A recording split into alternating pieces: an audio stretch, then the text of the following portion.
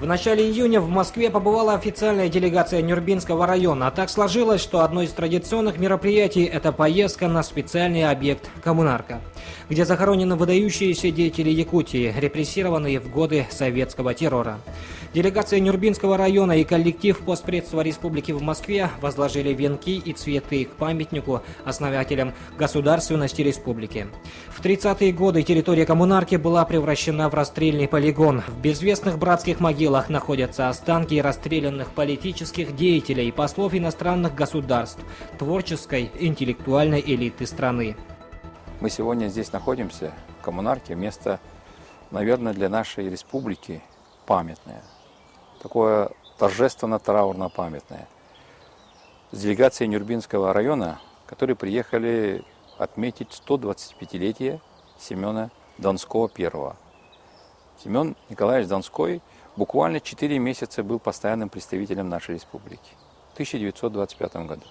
А его брат Семен Николаевич Донской II был тоже постоянным представителем нашей республики. И я хотел бы сказать, иногда спрашивают, что такое юбилей? Юбилей, на самом деле, это история нашей жизни. История, когда мы в себя впитываем ту значимость и ответственность, которую брали молодые руководители тогда зарождающего Якутской автономной Советской Социалистической Республики. Здесь захоронены наши земляки, в том числе Семен Николаевич Донской, это второй. Ну, какое впечатление? Ну, как-то, сами знаете, такое чувство словами не передаст. Ну, мы все понимаем, все чтим память о наших прославленных людей, которые большую лепту внесли в становление советской власти в республике, в частности, и Российской Федерации в то время. Ну что, главное, что молодое поколение знало наших земляков прославленных. Сегодня вот в составе делегации 4 юных земляков наши приехали с Нюрбинского района. И вот они перед памятником прочитали стихотворение, посвященное Максиму Кировичу Амосову. Ну, это символично, тем более тот лидер тогдашнего времени Максим Кирович Амосов. Мы должны помнить жизнь трудную, которую прошли наши предшественники, наши земляки. В рамках программы пребывания делегации из Нюрбы состоялся круглый стол, посвященный 125-летию со дня рождения наркома земледелия СССР, представителя ЯССР при президиуме ВЦИК Семена Донского I. Сегодня мы провели круглый стол памяти нашего земляка, одного из первых руководителей постоянного представителя в Москве, Семена Николаевича Донского I. Ему в этом году исполняется 125 лет. Уже создана республиканская комиссия по проведению юбилейных мероприятий. И вот в рамках этих юбилейных мероприятий была как раз вот эта наша встреча сегодня в круглом столе. Далее в Москве увековечили память видного государственного, общественно-политического и профсоюзного деятеля Якутии Степана Васильева.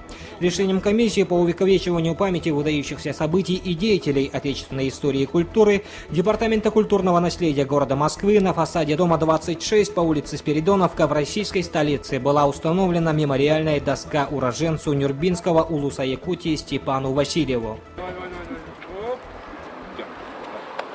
Половинку, да? Все. Установка мемориальной доски Степану Васильевичу Васильеву – это, конечно, очень ответственная работа для меня, поэтому я хотел поблагодарить за доверие. Вот, и большое спасибо. Вот, и я очень рад, что доска понравилась. Вот, я уже какие-то отзывы слышал. Вот, спасибо, большое спасибо. Ну, к этому мы шли очень долго. Проведена очень высокая работа. И мы, земляки Степана Васильева, сегодня должны с благодарностью относиться к представительству Республики Саха-Якутия в городе Москва и руководству мэрии города Москва. Это вообще для нас очень такое высокое событие. И мы, земляки, вот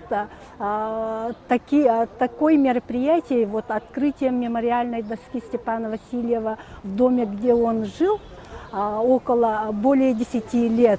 Это событие для нас, ну, как ознаменуется, как бы, это дань народа Саха, вот деятельности, подвигу Степана Васильева. Затем делегация направилась в Калининградскую область, где также был плотный график работы. В первый же день делегация республики встретилась с руководством области на круглом столе. Несмотря на огромное расстояние, разделяющее Якутию и Калининградскую область, стороны нашли варианты сотрудничества. Ровно как и добыча алмазов в Якутии, в Калининграде добыча янтаря является одним из флагманских составляющих экономики. Это касается и ювелирной промышленности. Известно, что Балтийское побережье также славится своей рыбой, как и Якутия гордится своими дарами реки и озер. И в этом регионы тоже схожи. Уже две эти составляющие могут дать взаимовыгодный эффект и положительно отразиться на экономике регионов. После круглого стола было подписано соглашение о сотрудничестве между правительствами Янтарной области и крупнейшего субъекта России. И сегодня соглашение вступило в силу, мы его вручили и обсудили протокольно Александром Васильевичем Торбой, заместителем председателя правительства, план реализации этого соглашения. Подписал соглашение Нюрбинский район с Зеленоградским районом, торгово-промышленная палата нашей республики. То есть у нас получились уже объемные связи, которые объединяют нас. Насколько мне известно, есть соглашение с законодательным собранием Калининградской области и нашим Илтуменом, который подписан в прошлом году. То есть у нас сейчас полноценный, как называется, партнер наших взаимоотношений. Теперь нам надо выработать всеми, вот наш коллектив, который приехал сегодня, это не чисто все представляют министерство, это предприниматели, это торгово-промышленная палата, это представители разных направлений. Поэтому сегодняшний день начало того пути, который должны мы сотворить как люди. Взять на себя ответственность и найти пути соприкосновения. Самым западным, самым маленьким по территории регионам Российской Федерации. Не всегда можно понять, что нас будет связывать. Но я думаю, что нас будут связывать желание жить вместе в одной большой России и желание найти пути соприкосновения, взаимодействия нашего бизнеса, наших предприятий, нашей экономики, возможно, просто наших культурных и туристических связей. Мы вчера обсуждали вопросы таких наших добрых отношений. Делегация привезла, уже подписано двумя губернаторами, соглашение о сотрудничестве между Калининградской областью и Республикой Саха-Якутия, где много направлений. Туризм, взаимодействие в экономике, предпринимательстве, поддержка в государственном управлении друг друга. И также было вчера еще подписано соглашение между двумя районами с Республики Саха-Якутия и с нашей Калининградской области. Наш муниципалитет представлял Зеленоградский округ, который сегодня отмечает день открытия курортного сезона. И то, что символично, здесь праздник Исык проходит именно здесь, в Калининградской области, в Зеленоградском районе. Очень интересно, очень познавательно, очень необычно. И то, что уже много здесь жителей заинтересовалось этим, приехало сюда, это свидетельство того, что наши отношения будут продолжаться. Соглашение о сотрудничестве в этот день подписали и представители Нюрбинского района Якутии и Зеленоградского округа Калининградской области, а также торгово-промышленные палаты регионов. Таким образом, наши связи стали еще более выраженными и предметными. Я считаю, что мы можем очень развивать отрасль туризма, в связи с тем, что у нас все-таки здесь есть теплое море. Как мы уже видим, ваше мнение, что у нас гостеприимные люди, вам нравится, значит, всем вашим жителям тоже будет нравиться. Мы готовы, мы открыты к сотрудничеству. Пожалуйста, приезжайте к нам. Мы подписали совместное соглашение между Зеленоградским районом и Нюрбинским районом по совместной работе по науке, по образованию, культуре, по детскому отдыху, по повышению квалификации всех специалистов всех отраслей народного хозяйства. На следующий день в поселке Романово Зеленоградского района прошел якутский национальный праздник ИСЭХ. Специально к ИСЭХу общественные организации «Культурные связи Калининград, Якутия, Северяне» было установлено СРГ. Изготовил и установил коновязь генеральный директор ювелирной компании «Керга» Александр Павлов, который является руководителем делегации Якутии якутских предпринимателей. Традиционно эсэх начался с обряда очищения, установки тотемного дерева, обряда поклонения огню и богу белой лошади, церемонии кумусапития, который провела специально приехавшая делегация Нюрбинского района.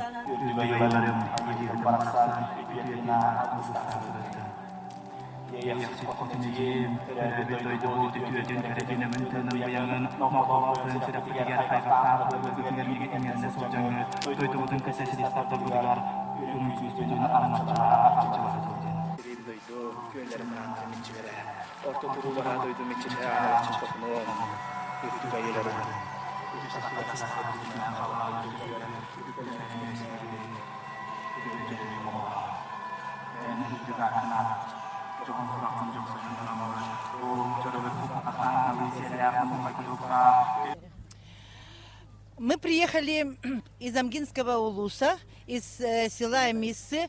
Ага. Я руководитель ансамбля, фольклорного ансамбля «Калюкачан» Михайлова Ольга Савична. Вот Татьяна Михайловна Окорокова.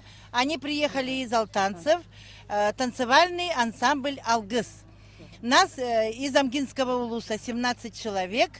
Дальше мы едем проводить День Якутии в Республику Польша. Из Якутска, вот из Якутии мы приехали 23 человека из школы 3-го возраста. Так, а сегодня нас пригласил Акаемов Владимир Прокопьевич. Он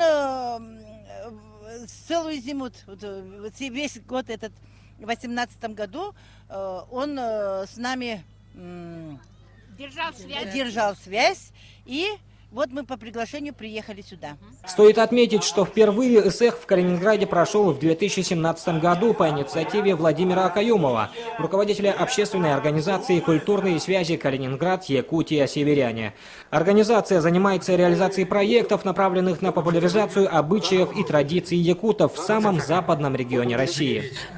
Одно мероприятие, оно не может вообще сам по себе, да, существовать. Всегда оно как-то вот, это как магнит, притягивается к нему что-то такое, да, и поэтому мы очень рады. Было бы страшнее, если бы мы родили вот это мертворожденное дитя. Один эсэх провели, и на этом все закончилось, да, это было бы страшнее. А когда он уже начал, вот мы еще в прошлом году решили, да, что будем проводить в Калининградской области. Они приехали, приняли эстафету. И вот в этом году у нас тоже сейчас стоит очень большой вопрос такой, да, организационный, где же будет проводиться следующий эсэх.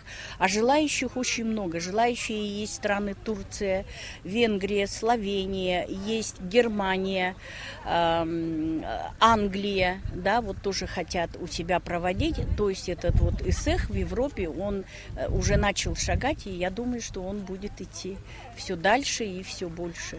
Так прошел уже ставший традицией эсэх в Европе, а место проведения следующего эсэха предстоит еще решить. А что касается итогов поездки делегации республики и Нюрбинского района, так вот они оказались весьма продуктивными.